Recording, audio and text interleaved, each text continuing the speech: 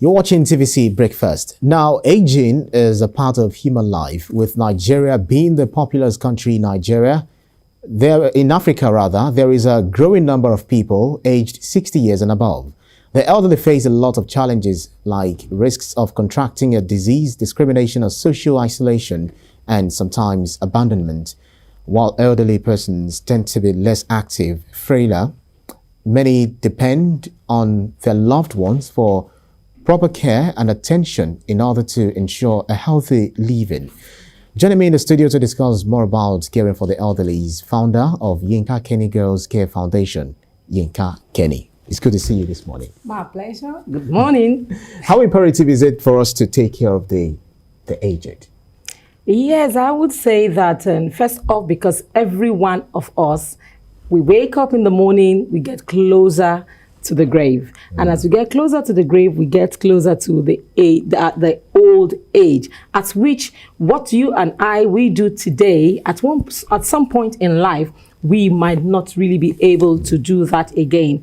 But in this part of the world, we see that overseas, you see that they have a lot of programs, they have a lot of homes, they have plans for the aged people. You know, homes, even while they are working, you know, there are some things that they have put in place. And, you know, when I'm working as a young person, I have the assurance that when I'm old and I cannot move about, my future is secured. But what is the story in this part of the world? It's just unfortunate that, in government is not really, you know, looking their way. Well, we could have some lay down rules, some lay down laws, but how are we implementing it? Yes.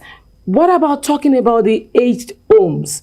How many aged homes do we have that is being run by the government? Unfortunately, the ones that is being run by individuals, they are almost overwhelmed. And how much care do they have?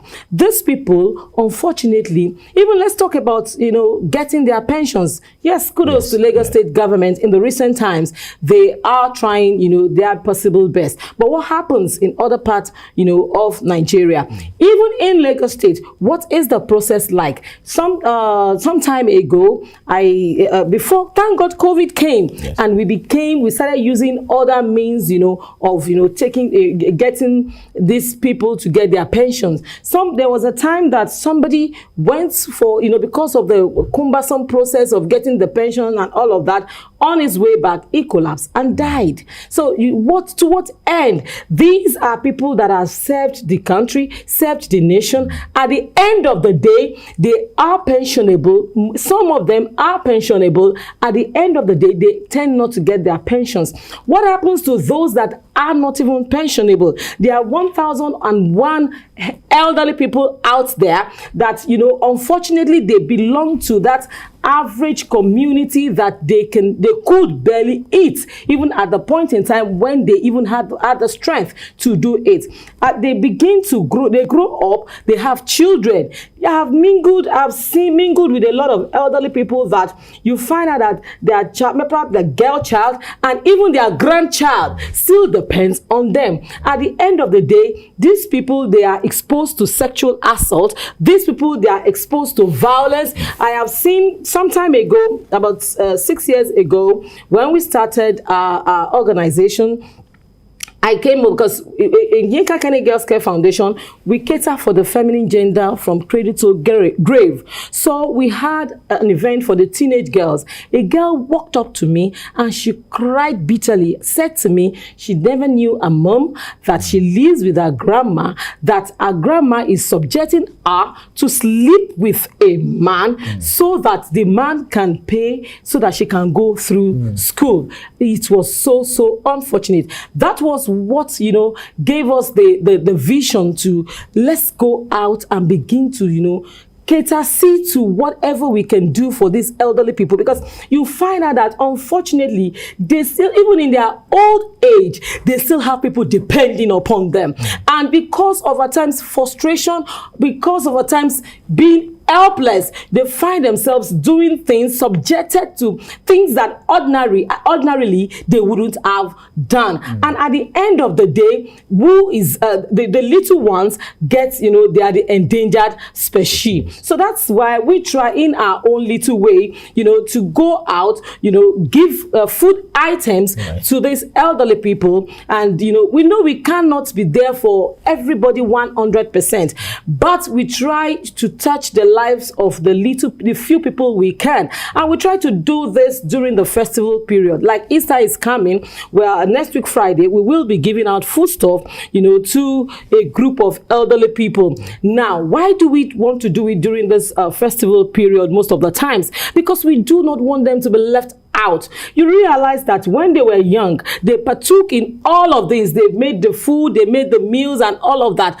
But now in their old age, most of the times they are being left out. Then we say, okay, let's make them feel, you know, wanted. Let's make them feel as if, yes, some people still recognize them. And also, we also try to encourage people, you know, give people orientation. You realize that sometimes you walk on the street, you see an elderly woman, she's just there walking loose and everything, and probably she's suffering from dementia. You see people, the cultural belief, they say, oh, she's a witch, oh, she's this, she's killed all our children, for crying out loud. She could have, you know, maybe in her younger days had some medical issues. Unfortunately, she lost all her pregnancy. Unfortunately, she didn't have children that would take care of her even in this old age.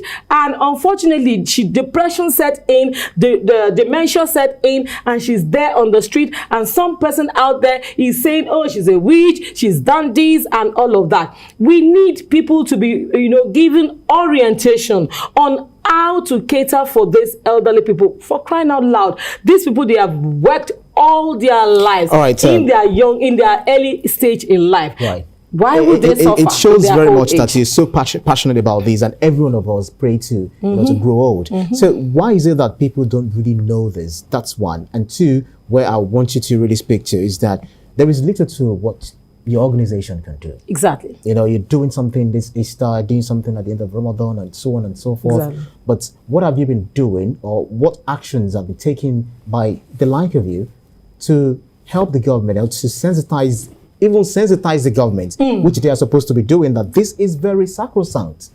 Trust me, when we started doing this some 6 years ago, I approached, you know, some local government chairman, and you see the bureaucracy.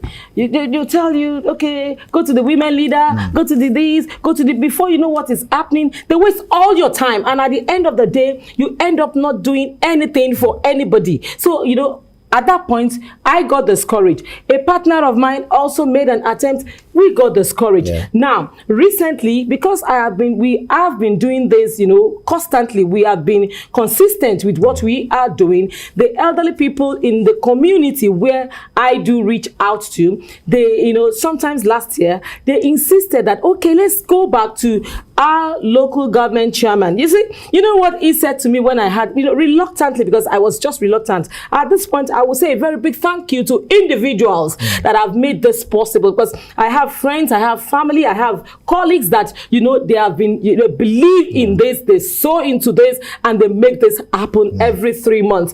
You see, we went to the local government chairman, and what he said to me, he said, you are non-governmental organization. He said, what does that mean? Government doesn't have to support you. I said, okay, so what are you doing? Okay, we will do something. I said to the elderly people, he said, he will do something. So the ball is in your court to see him. So you see, that is our reality. Right. That is where we find ourselves, unfortunately, in this time and in this season. I wish we have enough time to talk about it. You're so passionate about this, and I know that, you know, oftentimes we'll continue to talk about this and see how we can help the aged, because we are going there too, whether we like it or not. Exactly. Yeah. So thank you very kindly, founder of Yinka Kenny Girls Care Foundation, Yinka Kenny. Thank you so much. My pleasure. Thank you so much.